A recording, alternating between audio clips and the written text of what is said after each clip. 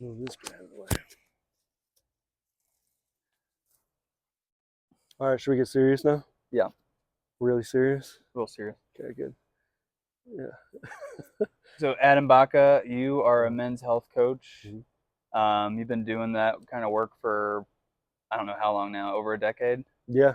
Yeah. You've started your own non-for-profit Mhm. Day Without Hate. Yep. Yeah. Um, really looking forward to diving into that a little bit with you. But thanks for chatting with me. We've Yeah. known each other for a few years. Met you Mhm. through a friend when you were doing Beers on Bierstedt, Mhm. an event you do yearly, getting people together and drinking beers on top of a 14er, and here in beautiful Colorado. Um, I want to hear a little bit about your story. I think you're a very unique human, very passionate, care for people. You want to uplift everybody, but men in particular.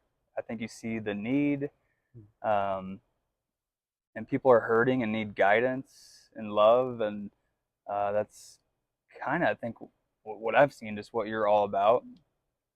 I'm just curious because you started at a pretty young age. How did you dive into that? Did something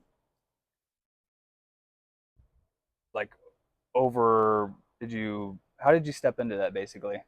Into helping people or Pretty men? much helping people Okay. or wanting to make a difference or an impact, or is that just Yeah. a result of your work without even maybe uh, being intentional regarding those things? How did Mhm. you really step into that and take all that on and get to where you are now, where you've helped a lot of people, you're hyper connected, just surround yourself with really good men, and that you're a resource. Man, I think there's two different ways to answer that. One was my dad always kind of taught me and showed me how to treat other people, whether that was simply volunteering for a homeless shelter during like Thanksgiving and Christmas time, and and just watching him. He's a photographer, so he used to work with the church, and so what they used to do a lot of the time was basically like feed the homeless. So he'd take me along, and I would be able to watch as a young kid, like, oh, okay, well that's just a good thing to do, and it feels good to be here to help. Or whether it was a Christmas giveaway where his friends actually gave away money to the homeless, and they also gave away toys. Remember they would do this Christmas giveaway with Santa, and they'd bring Santa in, and the families would come, and they would literally be like, the kid would come sit on the lap and be like, what do you want? I want a basketball. So someone would go run back behind the stage, go find the basketball that was already wrapped up, bring it back out, and it's like, okay, you want a basketball? 2 seconds later, there's a basketball right there. So I got to help out with events like that as a kid, and it was super cool, which gave me more ideas later in life, which I'll get into. Um, and then the other way I could describe it of getting into helping people was going through my own dark night of the soul in high school, going through a really really bad depression from basically freshman year all the way until senior year, watching my parents get divorced, believing that I actually was the one that caused that divorce, going through self hatred, going through self deprecation, going through all of these really bad emotions at the most pivotal time, really, of like an adult of the teenage years, trying to figure out who I am. Yep. And so I really suffered a lot, and I suffered in silence. I watched my dad suffer, which I always say that he was like my first coaching client. I Hmm. prevented my dad from killing himself. I was the Wow. one that my dad leaned on when he was going through his divorce and getting everything stripped from him. And so there was a lot of things that happened internally and externally in my life from about 14 to 18. And in that time frame, I had to figure out what's true and what's not.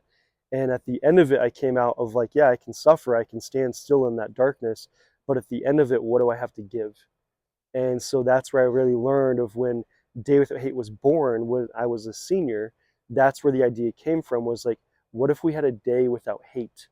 And some of that was because we can hate ourselves, and we can get into these modes of like, oh well, I suck and I'm not good enough and it's all on me, which was my story for those 4 years. Was I felt like I was a problem. And so we get into that, but it's again, it's like if you're hating yourself, you're going to hate other people. You're going to show that to other people. So a lot of the ideas that I have actually come from the suffering that I went through. And that's where the men's coaching came from. Later was just like I know what it looks like for myself to suffer. I know what it looks like for my dad to suffer. I know what it looks like for my uncle to commit suicide and to to see that. I know what that looks like as well, and so I want to help that. So yeah, helping was just literally looking at my own suffering of how do I help people not go through that, or at least help them go through it faster, right? Because suffering is going to happen, but maybe we can go through it quicker. Yeah. Yeah. Or see the value in the suffering, because it sounds like you really alchemized the pain into something great, and it's Yeah. not going to be overnight. Mhm. You do got to go through the pain and the suffering, but Yeah. you can turn it into something good and use those experiences to guide and help others in some form or fashion, which Yeah, I think alchemy is a perfect way to describe it too. Um, yeah, recently I was just asked too, like, how did you turn all that? We talk about turning your pain into purpose because yeah. it's a nice way to say it. But it is the way you do it is alchemy, which is a lot of people don't know that alchemy is a real thing. The Egyptians used to practice that, and what it was taking lead and turning it into gold. And so there are ways that people still actually show to do that, right? Yeah. But the alchemy of the emotions is a real thing, and we don't realize that. But it's the lead is the hate, and the gold is the love. It's like, how do you turn that into this? This is the alchemization. This is where the area of the magic happens. Yes. It's not the brain, which a lot of people are so obsessed about the brain, but we forget the obsession. Everything starts here, right? The heart actually sends more signals to the brain than the brain sends to the rest of the body. And so again, we forget this knowledge. We forget it, but we also remember it in the dark nights of the soul, where it's like we know this is in control. We just don't know how to control it, you Yeah. know. Yeah. But that's where everything is transformed.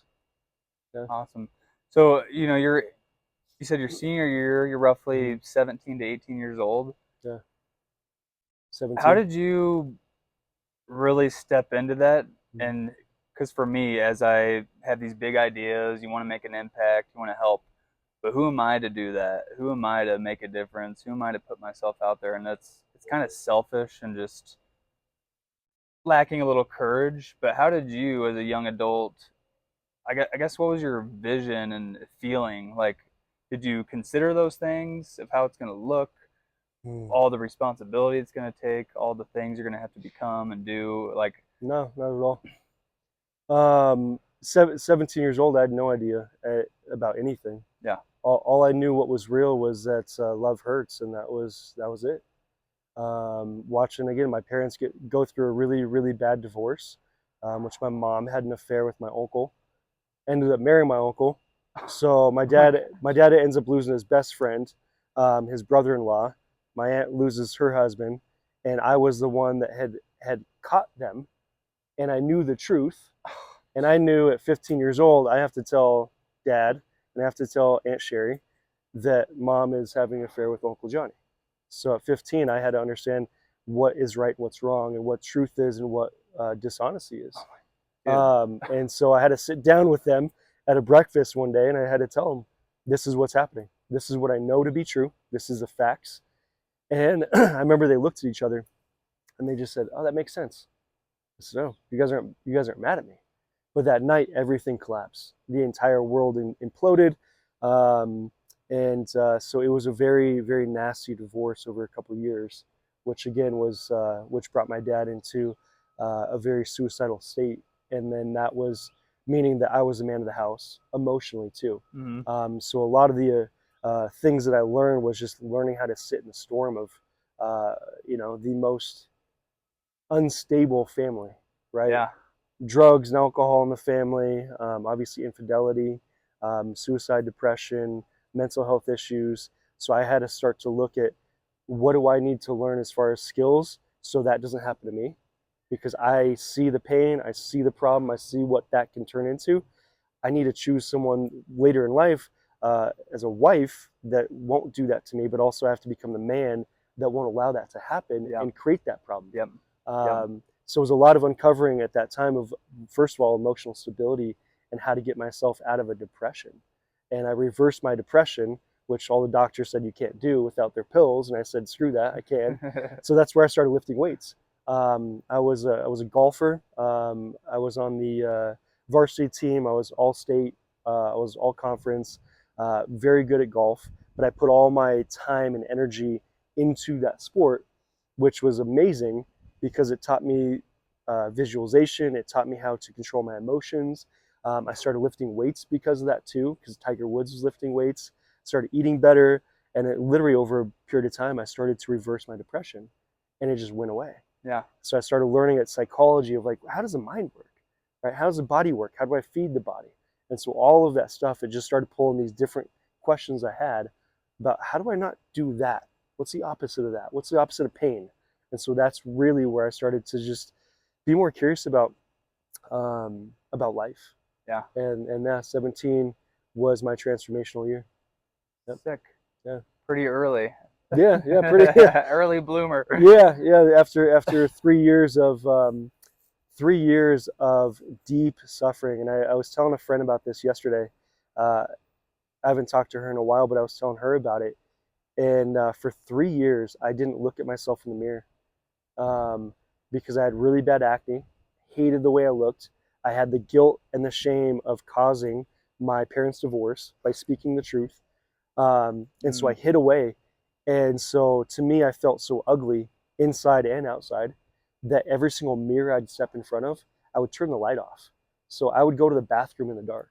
Oh my God. And then it got so bad too that I started cutting my hair in the dark because I'd go to the barber shop and I had the worst like feeling in my stomach looking at myself, and I wanted to throw up.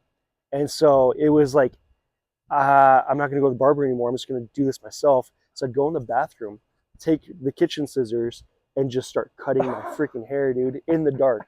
No light at all. Oh my gosh. And then come out and be like, it's all good. And my brother-in-law was like, hey, do you want me to cut your hair for you? Like, we could do it in the garage. I'm like, yeah. He could tell I was No suffering. mirrors, please. Yeah. And so that was one of the things too, was like literally going from the dark to the light. It took me a good 2.5 years to actually turn that light on and look at myself in the mirror eye to eye and be like, okay, I can work on this now. Okay. Yeah. And was there a pivotal point that you're like, I'm ready?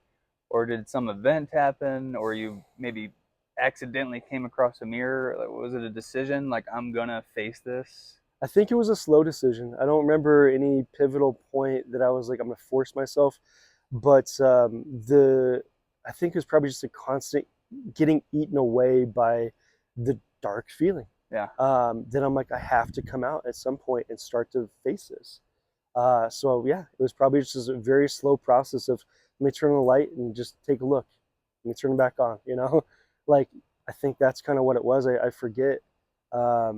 But yeah, eventually, got to the point where it's just like, okay, I can face myself in the mirror, and yes, I don't want me to look like that, but I can change it. And I think that's also the part too that we forget. It's like the reflection in the mirror can change. We're in charge of that. Yeah. Right? I was in charge of that. And it's not only just how I look externally, but it's how I feel internally. But it's not going to change if I just hide from it. It's not. There's no possible way. Yeah. Got to deal with it. Yes. Yeah. And so there was a lot of confidence building, as you can imagine. And I had to go through another process of not only learning confidence with myself and looking at myself, but can I look someone in the eye now? Because I would always look down, always. Mm-hmm. And I couldn't stare someone in the eye. I couldn't talk to women. I developed a stutter actually as well. That was another weird thing. I'm like, oh yeah, I had a stutter for a couple of years, and I had to overcome that.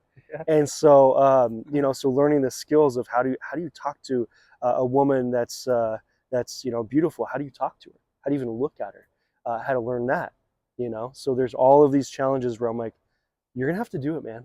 You can't just be suffering all the time. Like that's a choice. Yep. And I do remember the depression. I remember that was a choice because my dad started going to see a therapist, and just the way that my dad would tell me his therapy sessions were going and things he was learning, that's where I was like, wait a second. This is a choice. This is a process for me to continue to choose to be depressed every single day. I'm putting on the same mask, putting it on every single day of like, yep, I'm depressed. I'm gonna show the world I'm depressed. Well, what if I just chose to put on maybe a mask that was just okay, just in the middle. Let me try that one on. And then eventually in high school, I remember my transformation was going from the kid that was walking through the hallways, just looking down, headphones on, to to the one that my senior year, the second semester senior year, I was the one that was painted in blue and green. That was our school colors. Painted my face like Braveheart, and I started going to the games. I started going to the football games, and I would start to get everyone like riled up. I was the mascot, and so I would be the one running down the freaking sidelines, getting everyone to do the wave and stuff like that. Started People were like, "Come to the basketball games. Let's do it there." All right, let's go to the basketball games. We do it there. But I started bringing the school spirit back, and I remember my English teacher. He wrote in my yearbook that he's the first part of it. He said, "Never have I ever seen someone live so as passionately as you." And I was like, "Really?" But he watched my transformation happen because I was in this class for 2 years. But I went from someone that was not alive to someone that chose to be alive, and it was like that. And it's like, how did that happen, right? So that was another thing. It's like, how do I choose something different? And we all have that choice every day. Yeah. With that said, you put a different mask on. Yeah, Were you intentionally designing this new character, or did it yeah, just come about? Um, yeah. I guess how did that work? Um, the way that I see it now was that the suffering was so big that I had to move. I had to change somewhere. And again, it was as simple as I started to realize that I could choose differently. Sure. So let me try that on. Let me just try and experiment with something different. Because Experiment. I'm already suffering. So if I get made fun of or something like that for being the goofy guy or the guy taking his shirt off, like, okay, well, how worse can it get than what I'm already suffering with? Mm. And so it's just like, all right, well, let me just try it and see how it feels. And as it started to feel better, and as people started validating me of like, oh, dude, I like this version. You want to hang out? It's like I'm starting to make more friends. Started going to parties because I never went to a party in my life. And so yeah, so it was a small choice every day of like, this is feeling better. Let me do this more. So Awesome. And mm, then you really made it a point that you found golf is your outlet, yeah, working out. Um, a lot of people are going through depression. mm, I'm sure you follow or and aware of Joe Dispenza. Just I think what he touches on with depression is this: you're stuck living in the past, uh, basically in your head. A lot of people are going through depression, mm, going through all sorts of shit. What do you suggest to get out of that? mm. Like any just hard hitting, most impactful things you can do? Like obviously go to the gym, but just maybe even a mindset change, which is what it is at the baseline. But just anything in particular you found that works best through your years of doing this work with men and other humans. Um, I would say first thing is movement. The word emotion. I remember seeing this on a bulletin board at one of my last like jobs a long time ago, and emotion, they said, is E. And you've probably seen this, but E is energy, and then you have motion, so it's energy in motion. And so I always felt like it's like if you're feeling the same emotion every single day and it feels like it's stuck, probably is. Yeah. And how do you get unstuck if you're in a car? Is you just move the car, right? If your car's parked and you want to not be there anymore, you just move the car to another parking lot. We just forget that we actually have the ability to turn on the car and move it. And I think emotions can be like that too, as we feel so stuck and yet we're not actually in the driver's seat. We're not even turning the key on. We're just like, oh, the car's stuck in the same spot. It's like, Hope it turns on soon. yeah, you have gas. Just turn it on and move the freaking car. Where do you want to go? And so it's lack of motion and lack of decision to do that too. And that was my decision of like, I don't. I'm done being depressed. I've done this for so long. I know what it feels like. I don't want to do it anymore. What if I could be happy? And I think that, and I do this with high school students too, is like I call it the game of what if. And so it's possibility planning of what if things could get better? What if your depression wasn't actually real, right? What if it wasn't? What if you were making this up in your head, right, because of something that happened 5 years ago? What if you were told that you should be depressed because you're right? That's what we feel as humans, is that if A happens, we should react in position B because I'm the bad person, right? I told my parents that, hey, mom's sleeping with Uncle Johnny. That's on me. I feel like I should carry all that weight. Therefore, I'm depressed because I'm repressing my emotions of how I truly feel about it. I'm suppressing a lot of things as well. And so the depression is like, I was thinking about it, it's like, what are you pushing down? What are you compressing? And it is, that's usually what it is. It's you're building up all of these emotions, you're repressing it, compressing it, and then it's stuck because you're not moving it.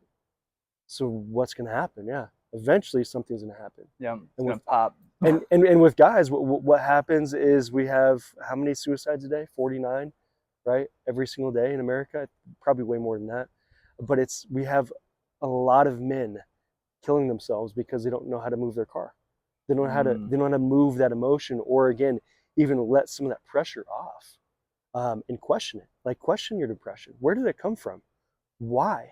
Right? If you treat it as someone, like, if you're my depression, I get to ask you questions and look at you subjectively or objectively of, why are you here? Mm-hmm. Why are you staying here with me? Yeah. What am I not learning from you that I should have learned years ago? Where it was sadness, and then eventually you stayed so long that now you're depression, right? Yep. So question everything. Question everything. And the game of what if, to go back to that, the game of what if is also, it's not only looking at um, what if the scenario could change, but like, what if it did? How good could it get? Like, what if I started going to the football games and I started painting my chest blue, and what if people started doing it with me? What if that happened?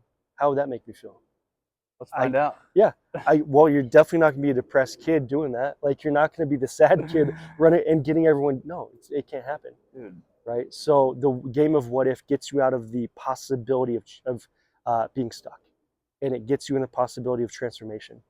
And so I like that game all the time. I was like, man, like, what if I did this? What if this worked? What if it didn't work too?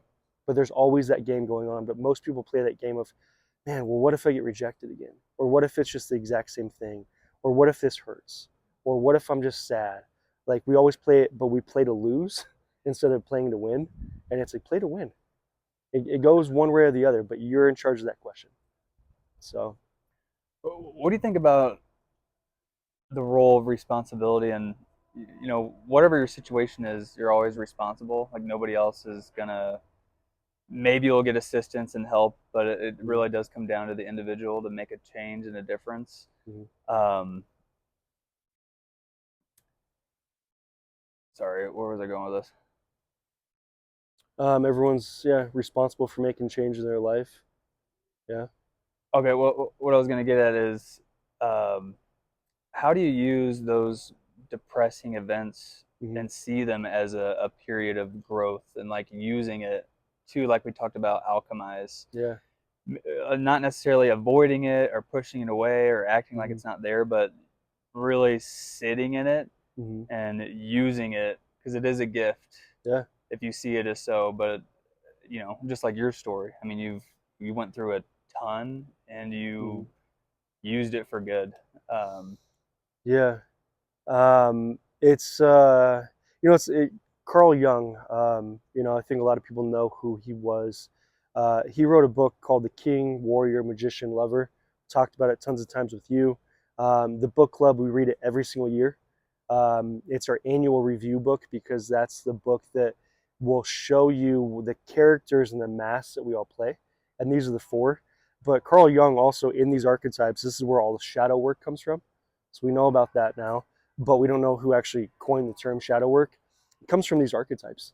And I think a lot of it comes from understanding the energy sources that may be dark. And again, the alchemization is that you can turn that into something good, if you know what's at play, if you know what levers are being pulled. If you know it's being pulled down, you know that the lever's there, you can pull it back up. But most people don't want to face it. There's a lever being pulled down. They're like, oh, something's happening. The understanding of how it's happening can give you the key to unlock it, because it's usually just the opposite, right? And so, yeah, the archetypes, those ones I think help a lot. And just again, the shadow of going through darkness, which we all do, understanding that that is the path to what you want. That's giving you the exact lessons that you need to grow into the person you want to become.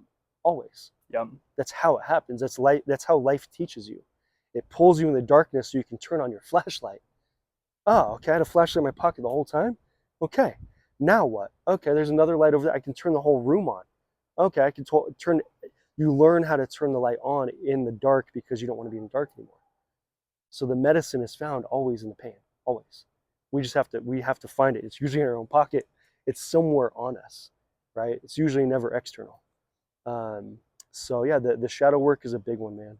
Is learning how to do that. It's like, we're talking about it too with breakups and things that are hard. It's like, okay, like there are points in time where life happens and it gives you pain, and there's always going to be a lesson in there. And if you don't learn the lesson, you're going to receive another painful moment that's very similar to that one. Might Yep. be a different Here person. is it again. Hopefully, pass this time. Yeah, Yeah. and it's not even the past. It's the alchemization. Did you turn your lead into gold yet? If not, we're gonna give you more lead.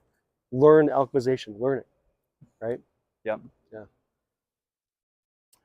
Just touching on how depressed men as a whole are, or just a lack of purpose and fulfillment, loneliness. Anything to touch on there? Just, I mean, our society is hurting Mm-hmm. big time. It's very obvious. Just anything to touch on with that, and just community and brotherhood and Mm-hmm. or what have you. With men suffering, Yeah, and yeah, man, I would say that most men suffer in silence, and it's not necessary. I think a lot of men think it's necessary to do that. I got Um, this. I can handle it. mhm. Don't need anybody. Yeah, and I have a saying that's I don't know if I made up or not, but it's I always say that the lone wolf will die alone. Um, and we think that the lone wolf is a strong one because that's kind of the character that we've been shown and told. Like, yeah, the lone wolf. There's an archetype, but the lone wolf dies alone because wolves are pack animals, right? Wolves only eat if they help each other hunt. And so that's kind of how we work too as men. It's that we're pack animals, um, and we will succeed in groups, and we will fail alone. Mm-hmm. And so that's where it's just like, if you want to eat, you got to find other people to eat with, Yep. other men that want the same things, what to go for in life. And you will also suffer alone because you're like, nope, I'm going to eat alone because I want it all myself. And so we get greedy of like, oh, okay, well, I'm going to get to success myself. No, you're not. But if you think that, you're also going to fail yourself too. And so you're going to starve by yourself. And that's what happens, right? So we're very tribal. I know that a lot of people realize that, but sometimes men realize that too late. Because I think that the cost the cost of admission for men to build that tribe is to be vulnerable, or now actually I call vulnerability intimacy. I've been kind of looking at that differently recently, of like the intimacy that men don't have with each other, right? We call it vulnerable, but I actually don't like that anymore, because vulnerable is just, it's choosing, in a way, choosing to just lay down and be weak. I'm just vulnerable. Well, okay, well, vulnerability for what? Like, how about if we looked at it this way, if I'm building intimacy with another person, and intimacy is literally into me you see. So I just like to exchange that word for another one because I like it better. It's more relational. And it's like, if we're intimate with each other, I can look you in the eye. I can tell you what I'm truly feeling. I can lay it out, and then I can sit. I can be present. It's not just laying down and be like, I'm vulnerable, right? Because most vulnerability posts for guys or women even, it's just vomit. There's no intimacy. There's no, I'm really trying to be seen right now. I'm really trying to be heard right now. And that includes crying. And guys, I've seen countless, countless men over the past 9 years. I've been coaching men specifically with the book club, and with my own coaching. Is guys need to cry, and we don't have a place to do that. We don't have the place to lay down the sword and to lay down the shield and be like, I am fucking tired. I don't know how to fucking do this anymore. I've been going to war for 9 years straight. I don't know how to do this for another day. And just to cry can recharge the battery for a man, but we're not shown that we can do that. And I think that that's like the cost of admission is sometimes is just completely letting go and letting out, and having other men witness that, and that's intimacy. And so we think of intimacy always with a woman. No, intimacy happens with bonding with men, of letting everything out and just not knowing how to figure it out. And also being intimate with another man is not trying to figure it out for them either. It's just letting them go through what they need to go through and just witnessing. And being there for them, holding the space, Yeah. supporting Mm-hmm. in whatever way. And the whole holding the space thing, that's an intimate environment. What we're doing is we're holding intimacy for each other, so we can go deeper into me. Let's go deeper. Let's go deeper. It's not vulnerability. No. So it's a relational thing, and men are afraid to be seen because we're afraid to be rejected for who we really are. That's why I started Dude, it. that's one of the biggest things I deal with is Mhm. wanting to do big things, wanting to make an impact, but Mhm. with all that, having this huge fear of being rejected and misunderstood. And Yeah. like, I'm definitely in a period now where I'm learning to just have the courage to do it anyway Mhm. and find the gold on the other side because I know it's there. Yeah. But getting over those fears of, yeah, just rejection basically. Mhm. Yeah, it's an interesting process. Yeah. And just, it's funny considering how you're going to look or be seen by other people.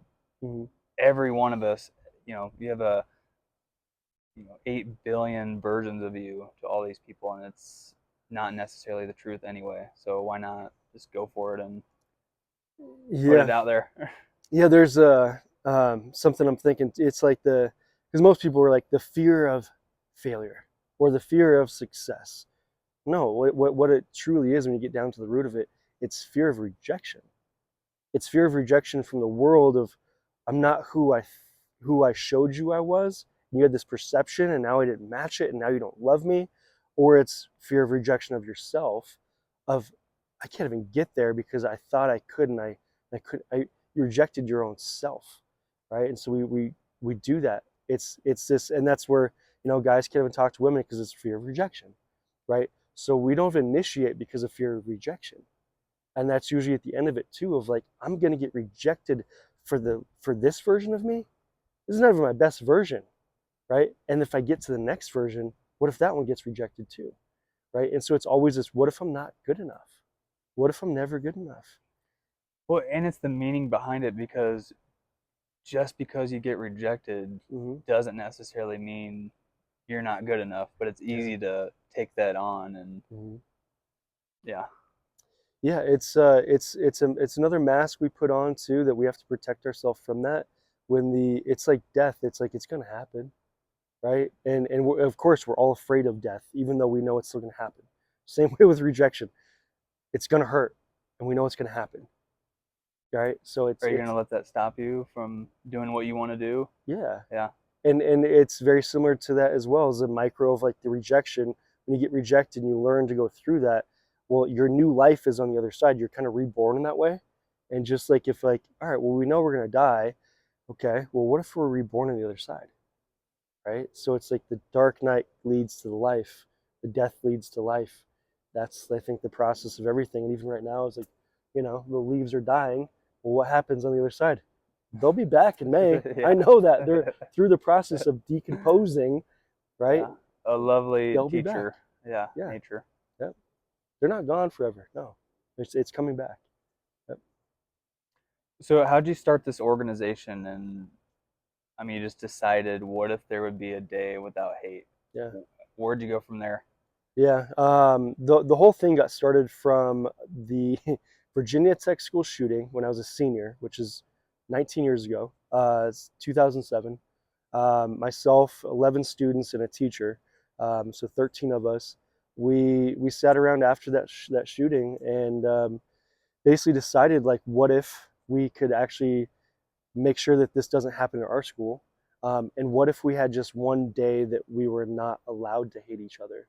And so that's kind of where it started, was just like the possibility, like I said earlier, the possibility planning of like, what's possible? Because we know that school shootings are possible. What if something better were possible too? And so that was, again, the transformation of something that's so hateful and violent and turning it into something so good. And so the idea that was just one day gave us the possibility that we can do this every day now. And so after that first day in 2007, it grew, and more schools and more teachers and more students were like, well, "Can we do it here too?" Yeah. So we started giving it away. Just take our idea, do it. And so that's how it started growing. So it's crazy because we are so grassroots. We just started a nonprofit last year. Um, and so it's been a grassroots movement for 18 years. And we've grown to millions of people worldwide over the past 19 years. And it's really grown. And we're almost in all 50 states. We're 35, 40 states already, multiple countries. And we've been through kindergarten all the way through college to business level. So there's just been a lot of growth because it's humans want to connect, and we want the best from each other, and this basically gives us a possibility to show up as our best self. And so people go out of their way to literally show their kindness and their love and their respect for each other, and it gives them the platform to do that. And I call it the excuse, right? And that's the thing. It's like sometimes we need the excuse to be our best version, um, and sometimes that looks like a day without hate, where it's okay. This is what we're doing today. We're just not going to hate. We're going to okay. I can do that. Or it could be, the certain other like events that I do. Secret Santa for the homeless. That's another excuse to go and be kind and volunteer and buy a present for someone in your community. There's an excuse. Or the book club. I always say the book is the excuse for men to have real conversations. Sometimes it's screw the book. We're not going to read the book. We need to talk about this. But the book is there for us to meet every single week and sit down with each other. Catalyst. Yeah. Yeah. Book club, okay. And then they come, they're like, oh man, like this is real life. This is not just about the book. This is about what I'm going through right now. Yeah. Yep. Sometimes we need that excuse to show up as our best. So this project you have going on Mhm. is 18 years in. Recently, you won an award. Yeah. Congrats. Thank you. Can you share a little bit about that and just what Mhm. the award was, what you were recognized for? Yeah. We've won quite a few over the past 19 years, but the most recent one was 2023, so 2 years ago now. We won an Emmy. It's a regional Emmy.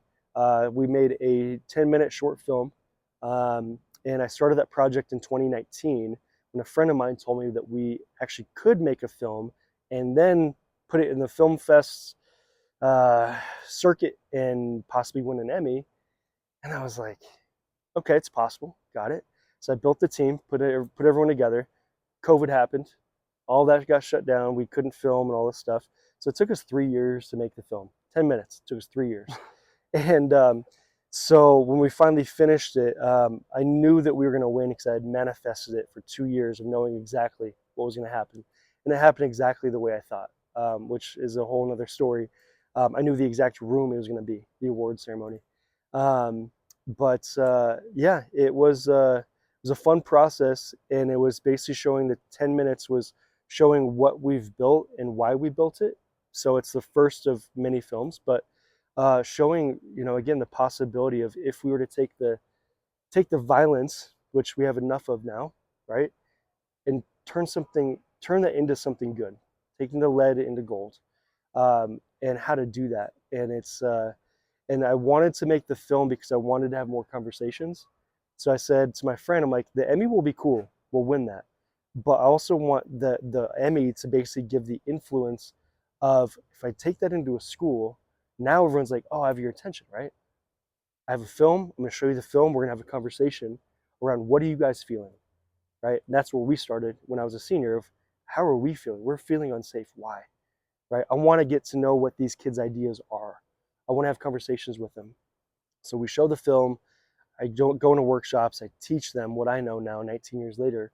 How do you change? How do you influence? How do you lead other people through this? And this is really the magic of it. It's like you want to change a school, change this. Mm. But everyone is so focused on the mind of Mm-hmm. you got to teach them more. No, you got to teach them to feel more, right? Education. The word education too is it's called in the Latin is induco, and it means to draw from within. Mm-hmm. And so to educate a human being is to literally draw from within, but it's from here. And one of the guys, one of my mentors in the film, Daryl Scott, he's written dozens of books, but he runs Rachel's Challenge, and his daughter was actually the first one that was shot at Columbine. So he started the biggest anti-bullying nonprofit in the world, and so what he does is he teaches schools and teaches students how to work with this. And he's like, the entire education system is wrong because they're forgetting how to educate the heart. And so that's kind of what we have a partnership with is like, how do we teach the heart again? And so we need to get back with that, and that's what the film is about. That's what the conversations are about. The film award again, the Emmy was amazing. We did win 2 Telly Awards, 2 Davy Awards, which are really cool too. Those are just as big as Emmys, but people don't know about them. And then we won about 11 other International Film Fest awards. So I think our count was 14 in one year, which was pretty cool for our first film. Hell yeah. Yeah, so it was a fun process of learning how to make a film, how to finish a film, and then how to go through the process of film fests. Um, we almost got into Sundance, which was like we were so close, and I was like, we can get a. So it was like all this, like, oh, we could do that. Oh man, okay, we could do that. It's possible. Why couldn't we? So yeah, so we started the second film. It's going to take a while to do that one, but I have a whole vision for that one, and we'll see when it's done. Might take another 3 years. So You keep bringing up the heart and learning to operate from that place. uh-huh. All the answers you seek are within. All these Mhm. things we've heard forever, but don't Yeah. necessarily internalize. And same with the brain. You've heard it's a great servant but a horrible master. Yeah. But it is very important. It's where logic comes from. Mhm. What about integrating the two? Any thoughts on that? Just the brain heart coherence and Yeah. yeah. Yeah. The you ever heard the quote? The longest journey you'll ever take is 18 inches. Uh-uh. One of my mentors, he wrote a book about that, and it's called The Heart Led Leader. But he says that the longest journey you're ever going to take is 18 inches from your head to your heart, right? Um, and that is actually what Greg Braden talks about, and Bruce Lipton talks about, and a lot of teachers talk about now, is how do you integrate these two? How do you sync these two things up? But it's interesting because this is actually what controls the whole system. We know that now, and I think it was Bruce Lipton that was talking about it first, but basically that the studies have been done, and HeartMath was the ones that were doing these studies. And HeartMath, they've been around since the early 90s, but they have the top scientists in the world, and they look at the language of the heart. Mm-hmm. And so the heart is 5,000 times more magnetic than the brain is, and it's 100 times more electrical. And so again, it's like we're so focused on like how does this thing work, but we're forgetting that this is the most powerful thing by far. Yeah. So I was teach kids this the language of the heart. It's almost like if this were the Wi-Fi router, right? We're gonna hook up to Wi-Fi on our phone, right? That Wi-Fi router could be 100 feet away, but our phone could still connect to it. How does that happen? There's a signal that's picking up, right? So as long as I can connect to that thing, I can get signal. Okay. Once I get signal to that, then I get signal to everything around it, the internet. Then I can connect to everyone in the world. The same thing happens to the heart. And so when I walk into a room, my heart is going to go ahead and sync to yours. And so we have this resonance field of about 15 feet, right? 15 feet, the hearts will resonate with each other. But the strongest one, so if my resonance or my heart is actually vibrating or has a higher frequency, yours will sync with mine, right? And so you Mm. can change an entire room by everyone sitting around you. If you're resonating at such a high frequency, people that are low will come up, right? So it's this cool effect. It's like if someone's sitting there next to you, your heart connects to mine, theirs connects to yours, and it goes down the chain. So that's what culture is, right? Mm, That's what school culture is. That's what business culture is. It's hearts resonating with each other, but who's resonating at the highest frequency is a leader. That's the leader of the mm, company. That's the leader of the organization. That's the leader of the school. And usually it's the safest energy, right? It's not the most powerful because sometimes that's a scary one, but it's the one that's the safest. Hearts will match with that one. And so there's a language. And another way to describe it too is like when you walk into a room and you know something's off with somebody, right? See a friend, like, hi, how you doing? I'm okay. And this their language doesn't match your energy and you know something's off. It's because your heart already picked it up and it's already communicating with the heart, and the heart's like, I'm not good. I'm not okay, and you know that your mm, heart knew that. mm-hmm. So so we pick up language that way too, and we forget that because it's not, there's no words to it, there's no symbols to it, it's frequency. So but we know it when it's there. We know the person we want to spend more time with, and we also know the person that's like, ooh, it's hard to be around you. What does that mean? It's not their language, it's hard to be around their energy because it's so heavy, Mm, right? yeah, Yeah. yeah. Um, and with that, understanding that your heart frequency impacts others, Mm-hmm. it's valuable, but it's also a big responsibility. Yeah. You, I mean, you're a long time in this, it sounds like, but do you still keep that in mind? And are you intentional in regards to like how I show up really affects other people? And do you say design the way you're going to show up, or have you really just embodied, Mm-hmm. this person that uplifts people basically? Um, yeah, I'm definitely not perfect. I could bring heavy energy sometimes when I'm going through it, Of course. right? Even this past weekend up in Breck had some energy I was moving through. Um, but even with that, it's like, yeah, I do. I think what happens now with me is I notice it faster. I notice my energy dropping, and I notice that, again, I can shift it. Do the same thing at 17. I'm like, I want something different. I can change this. I have an option. So I think I'm just quicker to realize I'm in charge still and I can move the energy again. And that if it's getting stuck or repressed, then I need to move. I need to go through that. I need to talk to somebody. I need to sit. Even at book club on Tuesday, I was sharing most of the 3 hours we were there about things I was going through, and even the guys were like, "Dude, I'm glad you're the one talking this week because most of the time you're the one that's sitting for us and hosting and holding the space for us, and now we get to do it for you." And I'm like, thank you. Yeah, I need it. So yeah, when I need something, I think I have a better awareness around what I need and what that need is. I've been able to kind of tune that in, and recently too. If it's low energy, it's sometimes I just need to sit here, just in a good area that I know I feel good in this area. I just need to come here and sit and observe and watch, and listen, or maybe I need to read a book for an hour. Whatever that need might be. Um, yeah, I'm just able to realize that faster. Yeah. So, in regards to reaching that level of a higher heart frequency, Mm-hmm. to me, it's being in alignment. Mm-hmm. You mentioned movement before, but is there any other heavy hitting, whether it's practices or what have you, but just things to keep you in alignment Mm-hmm. and allow yourself to generate the frequency that you want?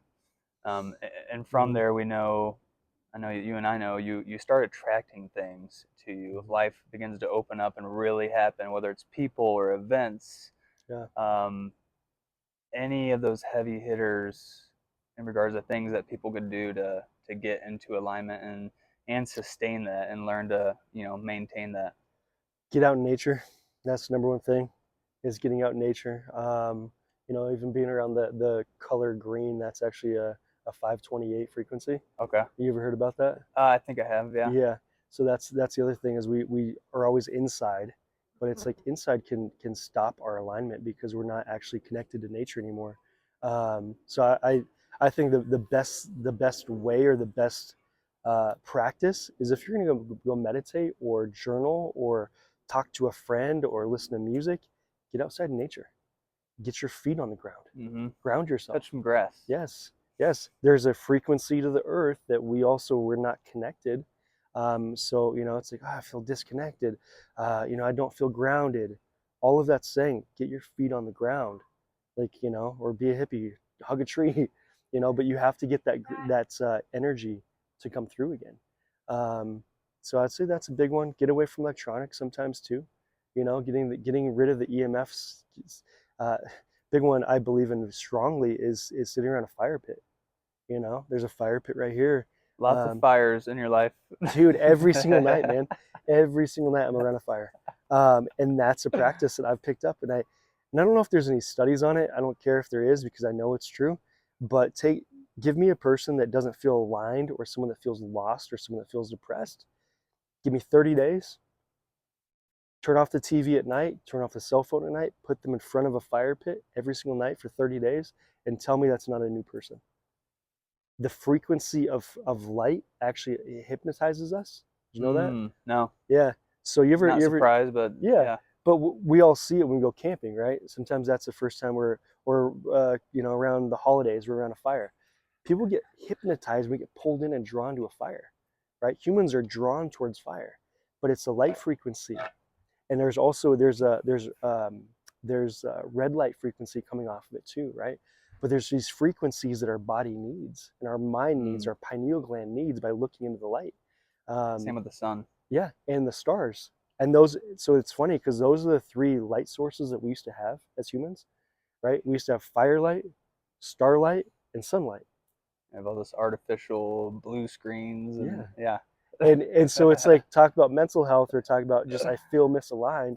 Well, you're not under the stars anymore. You're not getting the light frequency from the stars or the moon, or you're not out in the sun during the day, and you're not sitting around a fire. You're not getting the light sources that are it's nutrients. It's nutrients to us that is something we can't count because it's not a calorie, but it's a light source frequency that's feeding something in you. And we know that again, take me someone 30 days and do that, different person. So that's probably the fastest way and the easiest way. You don't have to do anything. Just get connected back with nature and the light sources and the ground energy. So things will start to just come back online. You're like, oh, this is what it feels like to be human again. I feel less like a monkey that's, trapped behind a computer. Okay, I can think for myself and feel again. It's connected. Got it. What do you think about taking the time to evaluate where you are, Mm-hmm. where you're going, how am I showing up?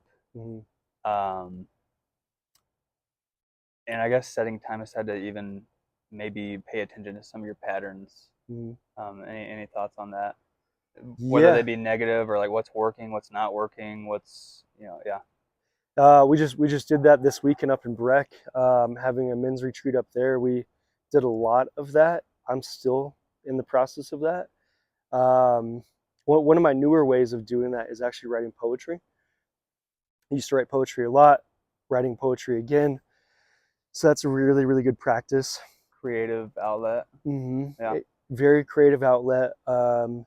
And I like to do brain dumps as well. Brain dumps are super easy way to start that process of just get a piece of paper and just start writing everything that's in your head, right? It doesn't have to mean anything, doesn't have to have anything significant. Just get things out of your head on paper. That helps a ton, just releasing that pressure of just what are the things you have to do? Where are the places you have to go? What are the things you're thinking about constantly? What are the things you're worried about? Just get it all on paper. Start with that. See if you can. It doesn't have to be journaling. It just can literally be one word answers. Get stuff out like that, and then you can figure out maybe after that what to do with it. And yeah, other than that, man, there's definitely a lot of different processes you can do um, to kind of realign and assess yourself. But we all know that number one thing we should stop doing. We all know that number one thing we should do. So there's that. Jordan Peterson talks about that. In one of his talks, he's like, if you really want to change your life, sit down with yourself at the end of your bed and talk to yourself and have that conversation and do that thing you need to stop it. You know what's ruining your life. You know what's causing havoc and chaos in your life. You know what that thing is. Stop that. And you know that thing that keeps you up at night because you need to do it. You want to do it. Start to do that. So Take inventory. yeah, I was looking at that. So what's the big thing that's stopping you, and also what's the big thing that you really want to go for? Start with that. Just take those two things, and that will start to open up. Like, what's the next step after that? Yep. What's the next thing I should Yep. stop? Okay, what's the next thing I should do? And you start to unfold it. Treasure hunt. Yeah, Yeah. yeah. So sometimes it does not have to be the most complex process ever. It's just brain dump it out, vomit on paper, see what the vomit looks like, and then choose what you should stop doing and what you should start doing. Just go from there. Yeah. And do it in nature. Yeah. Awesome. Anything else from you? I mean, appreciate you Yeah. a lot. Thank you. Yeah, I Yeah. appreciate you too, man. It's been cool to see you unfold this too. Yeah, over the past couple years since we've known each other and coached you, and this was a thing that you wanted to get done. This was one of your things, and now you're doing it, man. So yeah, cheers to you for getting it done and actually accomplishing it. Thank you. Yeah. Yeah. And it's interesting because it's, I got this, I'll just say I had an experience, had the inspiration to do a podcast for whatever reason. Uh-huh. Kind of did it half-assed. Yeah. I did two in 2024, and then, but it was like, who am I? Who's even gonna watch this? Yeah. And then coming to terms with it doesn't matter, Yeah. and what am I gonna learn through the process of getting to have conversations with interesting people like you, and just what is that gonna turn to, and trusting the, don't worry about what it's gonna look like, don't worry about Right. um, how big it is, or all that, but just trusting that through this experience you're gonna get what you need and Mm-hmm. go from there. Absolutely, yeah, and it has to start small, Yeah. right? Like no one's ever given something big. It's not like, hey, you want to do a podcast? Okay, we're gonna give you 1 million listeners right away. So good luck. Yeah, Yeah. because you'd be. I mean, You'd crumble. yeah, exactly. Yeah. How would you feel if you had 1 million automatic listeners? They're like, yeah, I'm in. You would be like, I can't do this now. Like this is, and so I'm gonna be judged. yeah. And so sometimes what we think we want, we're not ready for. And so that's the fun process of like start with nothing and go to something. And in the process, you also become something. Yep. Um, I started my book club with one guy on a Friday night, one dude, right? And the next week it started to grow, and it's been 9 years, hundreds of guys and 65 books, and all these things. And David thought, hey, 13 people branched out, and now millions of people, and it's just been a slow, steady process of 19 years and 9 years. Um, What's the so it'll, power of consistency? dude, that's like I think one of my super, what do you call it? Superpowers? Superpowers, yeah. Is I am persistent as hell. I can sit there and watch the grass grow. I can sit there and enjoy it. Most people will run to the next thing after a few years, or even a few weeks. They'll run to the next thing. I'm like, I've been doing this 19, over half my life. I've been doing something, dedicated it, right? 9 years, every single week for 9 years, right? Most people will not do that. Yeah. Right. But again, that's my mission. That's my job. That's where I'm here for. Yep. So yeah, sticking with it is a hard thing when you don't know why. And that's what I was, teach kids too. It's like the how does not matter at all. That shouldn't even be in your brain. Just understand why you have to do this thing. Why? Why is it so important? And why do you have to do it? And then it's like, okay, the how is going to start to show up. That's the magic piece of it. It's just going to start to happen. Okay, I didn't know I was going to meet this person. I didn't know that this thing was going to happen. I didn't know. Yeah, you don't have to. That's not your job. All you have to do is get in the way of something happening, and it'll happen. Awesome. Yeah, so you're in the process of that, man. I want to touch on things I'm dealing with personally.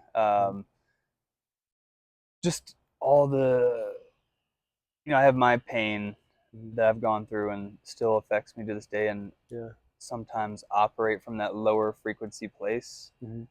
A lot of it's seeking validation, whether it's from social media or women in particular.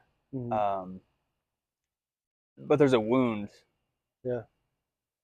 Any thoughts on that? Because I'm just so ready to move beyond that and be Mm. above those kind of things, and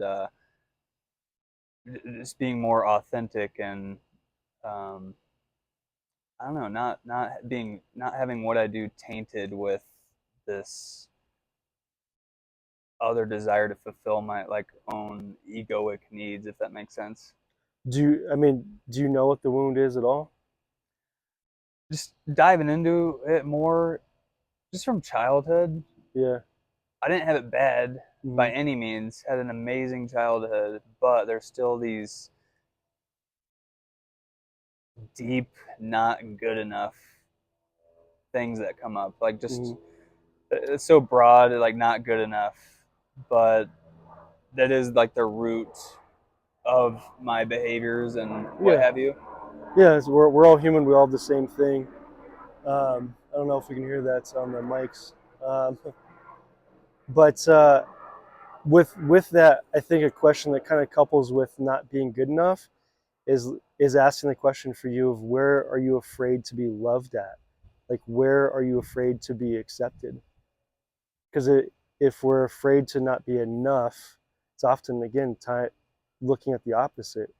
I'm afraid of being enough. Like why? Where is it that I'm not? I'm afraid to be accepted for who I truly am, or again, just I can't allow people to love me for this because, and it's often because, okay, that's your story. I can't Mm-hmm. be loved for being this guy because this age I did this wrong and I didn't show up this way or I failed at this and there's a story attached to that of why you can't receive the love. And it's oftentimes you're blocking off being good enough because one, you already are. We're just blocking it off because of a story. Um, yeah. Um, Friend of mine, Adam Roa. Um, we did a poetry workshop this last weekend, and one of the poems I showed the guys was his second poem he ever wrote, which is his most famous one, and it's called "You Are Who You've Been Looking For."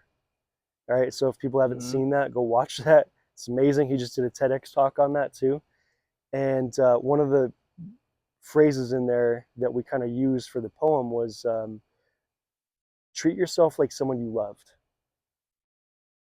and looking at that yourself through that lens of like if I really treated myself like I love myself, right? So what would that look like then? Right? You would remove yourself out of certain situations, right? You would put yourself in new situations. You would stop doing certain things. You would start doing other things. And you would allow yourself to have permission to be who you really want to be. Because if you Mm. really love the person that's sitting in front of you, you'd be like, go for it. And you would speak to yourself in different ways and you would stop talking to yourself in other ways. And it would be a completely different relationship, right? And so I think that lens has been really helpful for me too, even this past 2 weeks of like, okay, I'm going through something too. And I'm like, yeah, if I love myself like this, how would that look like? Yeah, this is exactly what would happen. Um, yeah, so maybe that's a question too for you right now. You know, Yeah, treat I like that. yourself like someone you loved, and see what that looks like. I've been on that for a while where you are what you're looking for. Mm-hmm. Totally down with that. Been on that for a while. Yeah. And that's what I plan to implement with my coaching is Mm-hmm. a lot of self-discovery, which I Mm-hmm. think that's what this whole experience of life is. Yeah. Um, anything to touch there, just where to look, what to dive into.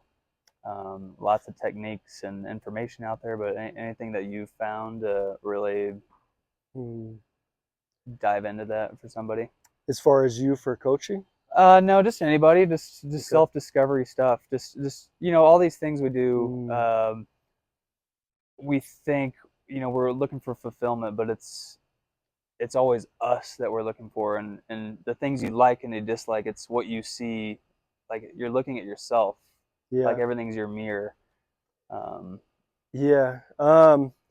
Yeah, because I think in coaching we get a lot. we get very caught up in techniques and processes and things like that. Um, I think a big one we forget about is curiosity. As humans, being curious Mm-hmm. of where we should go next and just curious about life, and playing with curiosity more, right? Like, are you curious about that plant? Are you curious about that flower? Are you curious about, that's a coffee shop across the street?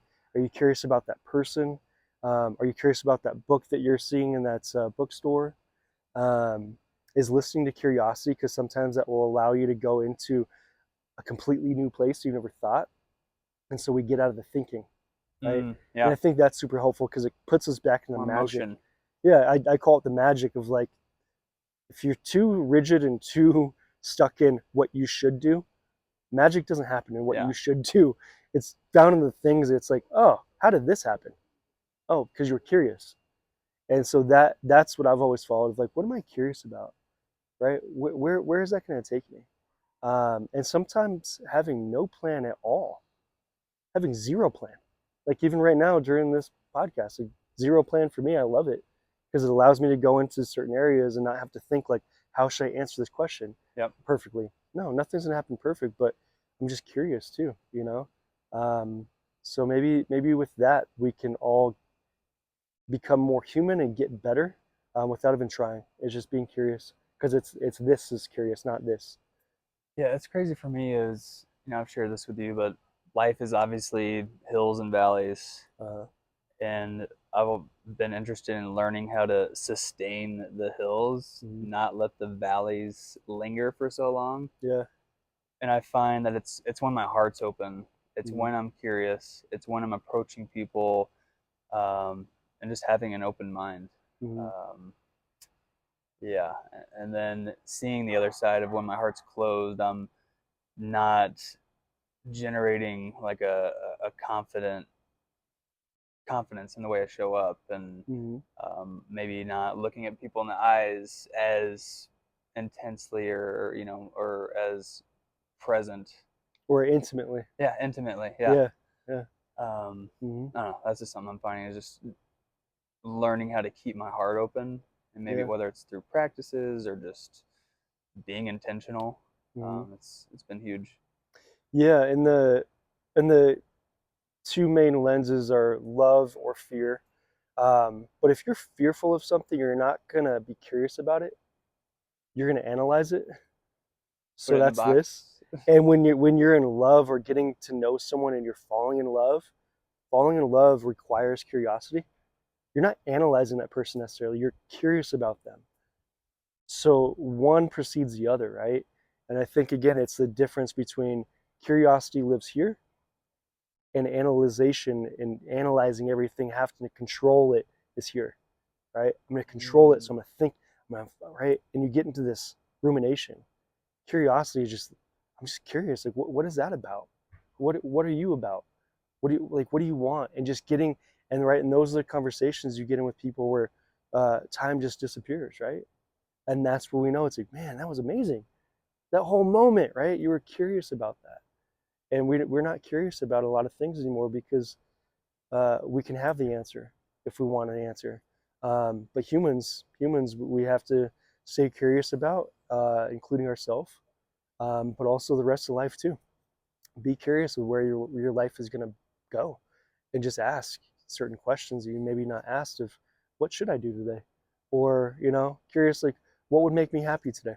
Hmm, we don't ask that either. So if we can't ask what's going to make us happy, and be curious about the relationship we have with ourselves, or even curious like, oh, curious like, why am I sad today, versus just, I'm sad, I know that feeling, it's back.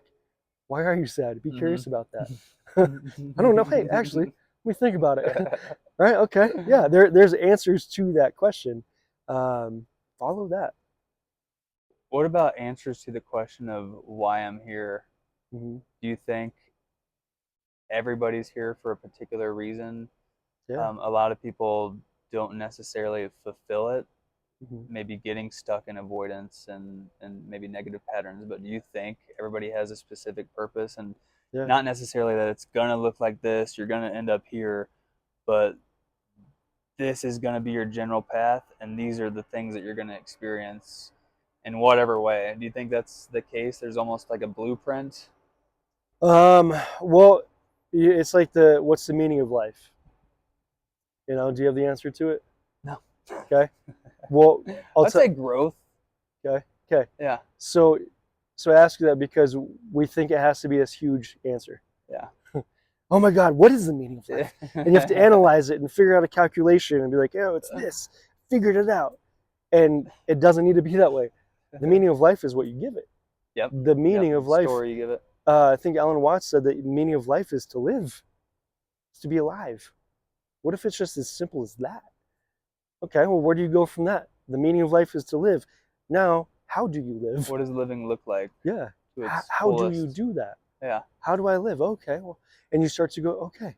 So we get so stuck on like, what's the purpose of my life?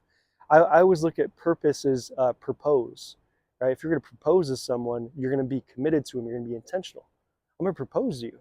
Purpose, right? Or if you look at, if I live purposefully, what would that look like? What if I didn't have my purpose figured out, but I just started to maybe just wear that a little bit more of like, if I just started living more purposefully, I could do that. But if I did that, wouldn't that give me purpose?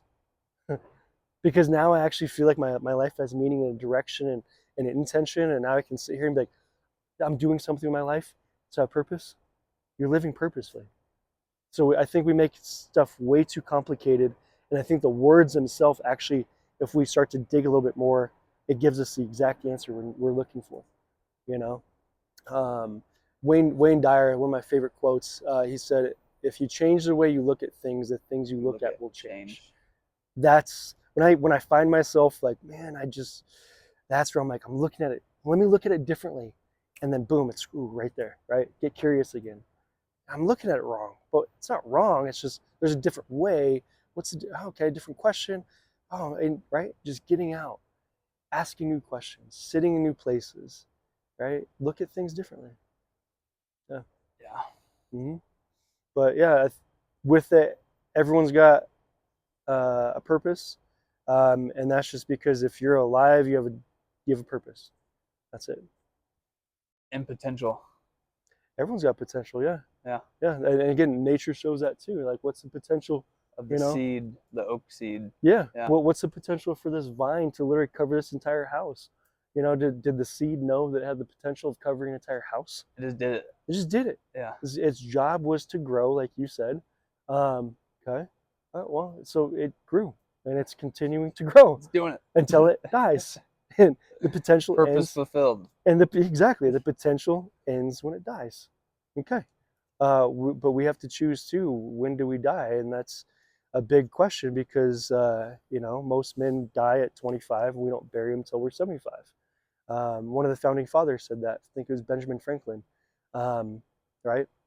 So we do need to choose to live again and to make our life meaningful and purposeful again. And that's as simple as asking a question like, do I actually want to live? Do I want to live with purpose? Yeah. Or maybe it's not. Maybe it's not today. You can sit on the couch all day. That's the choice too, right? Or some guys decide I can't do that anymore and they end it, but they didn't have to. It was a question they asked themselves and they didn't know the answer to, right? So that's where the men's group shows up, and that's where Day Without Hate shows up, and it's showing different possibility of what life could be. It doesn't have to be what you've always thought it was. There's a new question in between there. What if it could get better? So I think that's where we're all at, right? Love it. Yeah. Try to wrap this up earlier, but any last messages for anybody watching this? Just Last messages. I'll say this coming to my mind. One of one of the things I've figured out in life, just want to give this away, is if you act as if anything is possible, it will be. Right? Kind of came up with that when I was probably 21. I just started saying that to myself. I'm like, yeah, if I just act as if it's possible, it will be possible. And again, that's the magic of life, is like, the manifestation, the process of what we all want to create in our life, just act as if you could do it. Just pretend, right? Because really, in the end of all of it, it's all pretend anyway until it becomes true, and it's like now it's true. Well, what happened? You pretended like it was, right? You acted as if you put on the character of I'm this guy now. Okay, well, how'd you do that? You decided to do that. Okay, it's really not that hard. Um, so yeah, act as if anything is possible, and it will be. I think that's something maybe that someone out there needs to hear. Yeah. Yeah, Yeah. If you can think it is in existence somewhere as a possibility. yeah. Yeah. We absolutely create what we want and what we don't want to, but either way, we act as if it is possible. So Sweet. yeah, Cool, dude. Well, thank thank you you. very much. Yeah, Always love getting to chat. We've been talking about doing this for a while, so yeah, man. thanks It's again. this is fun. Yeah. Absolutely, thank you. Yeah. Yeah. Love it. All right. Watch, it just says it didn't record the